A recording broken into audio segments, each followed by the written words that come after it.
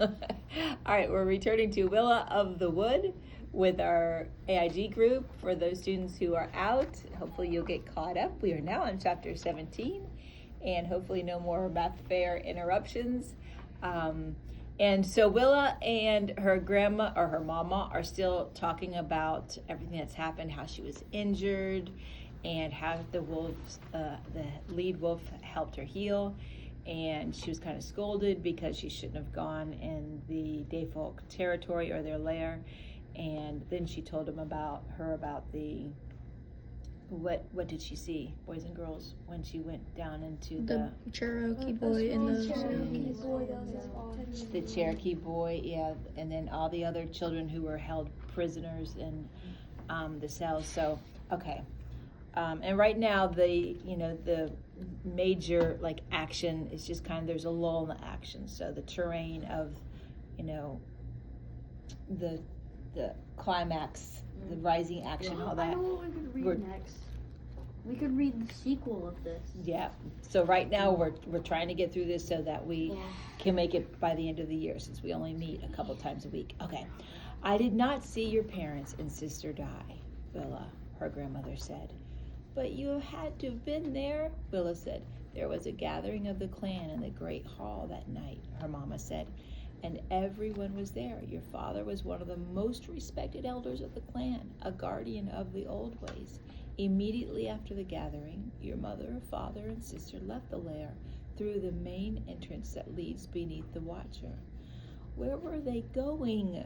Willa asked, anger leaking into her voice. Why wasn't I with them? Why would I be separated from Allah? You were here with me, her mama said gently. I had decided that the time had come for you to learn the song of the little tree. Willa glanced over at the tree sitting in the stone niche with the sunlight coming down from the hole above. The Faeran of old had used words to talk with and persuade the ancient guardians of the old forest, but songs sung in the Faeran language were even more powerful. It was so long ago that she had forgotten, but Willa suddenly remembered fragments of the song her mama had taught her for the little tree, a soft and beautiful melody. But the bile rose in Willa's throat as it came into her mind. She had gained a song and lost a sister. Do you remember now? Her mama asked gently. Yes, Willa said, her voice crackling as she wiped the tears from her eyes. She didn't want to cry right now. She wanted answers from her mama. I am sorry, Willa, her mama said. I am sorry about everything that happened that night. The three of them went out into the forest, but they never returned. Willa looked up at her. But what happened to them? The Dayfolk caught them and killed them. But how? Willa asked. They could all blend. I don't know, her mama said, but know that I taught your mother myself, and I taught Allah as well. If enemies came, they should have been able to hide themselves. Her grandmother stopped abruptly, unable to continue. Willa could suddenly see the pain that had been living inside her all these years, the trembling in her hand.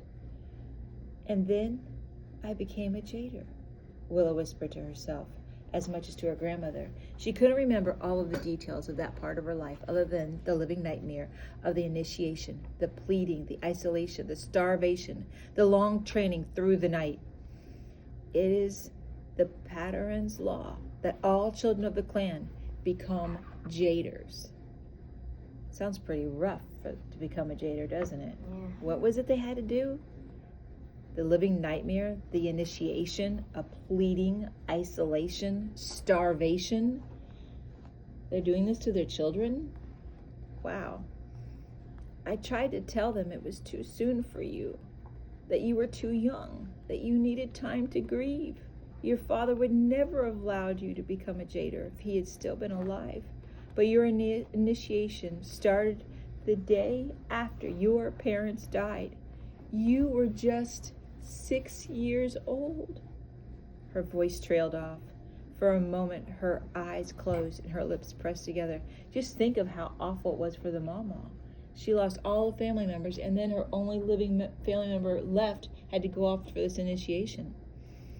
When she opened her eyes again, she said, "You were the last Jader to be initiated in the Dead Hollow clan." "Me and Gredick." "Yes," her mama said. "The young boy as well." "At least Alla didn't have to go through it," Willa said.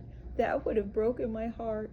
Despite everything that had happened and the sadness she felt, Willa knew she wasn't the only one who had suffered in the lair. The Dead Hollow clan was dying. It had been withering for decades. From the murderous dayfolk, from the predators of the forest, from starvation, from eating poisonous foods, from oak wilt and other diseases, from 1,000 causes they had been dying. The empty corridors and the shadowed rooms of the vast Dead Hollow lair were the constant reminder. Willa, Gredick, and the other Jaders were the youngest Faeran in the clan, and the few pairs of babies that had been born in the last dozen years had been small and sickly and creatures that did not survive. Willa had never even seen a baby with her own eyes, and she'd never even heard one laugh or cry. On the top of page 90. Filled with too many thoughts, she looked up at her mama. "Do you think the Faeran can save us?" She knew it was a foolish question. Of course the answer was yes. The answer had to be yes. Gazing at her with steady eyes, her mama paused and she said very quietly, "No, I don't." "But," Willa said, wanting to argue, "the Faeran cannot save us," her mama whispered. "But you must never speak of this. You must not even think it. Knowing brings death. Do you understand?" Willa didn't understand, and she started to ask another question, but she was interrupted by a faint sound in the distance. She rose quickly to her feet. It was the sound of many footsteps coming through the labyrinth of the corridors toward their den. "What is that?" her mama asked. "Who's coming?" "They're coming for me, Mama," Willa said, her voice filled with dread. "What's happened, Willa?" her mama asked in dismay. "Where did you go last night? What have you done?" The strained and fearful sound of Mama's voice made Willa want to cry, but she didn't have time for that. "They're going to take me to the Faeran," she said as she quickly dumped out one of her grandmother's old medicine bags and filled it with the contents of her satchel. All she had left in the satchel were 2 copper pennies that she stuffed in deep inside its inner pockets. "But what have you done?" her grandmother asked again. "Too much," Willa said. Her grandmother reached forward and pulled her behind her, physically protecting her with her own crippled body. "Remember, speak only English." "I will, Mama," Willa said, switching to the English words. Gredick and Cedarg stormed into the room, hissing and snarling. 4 of the Faeran's guards followed close behind. "There she is!" Gredick shouted, pointing a clawed finger at Willa. As the guards reached for her, her grandmother quickly moved in their way and tried to block them. "Don't hurt her," her mama cried, but they shoved her aside and knocked her to the woven stick floor. They were the last words Willa heard her mama speak as the storming guards and hissing Jaders grabbed her with their bony, clutching hands and dragged her down the tunnel toward the hall of the Faeran. Wait, so is it talking about that was the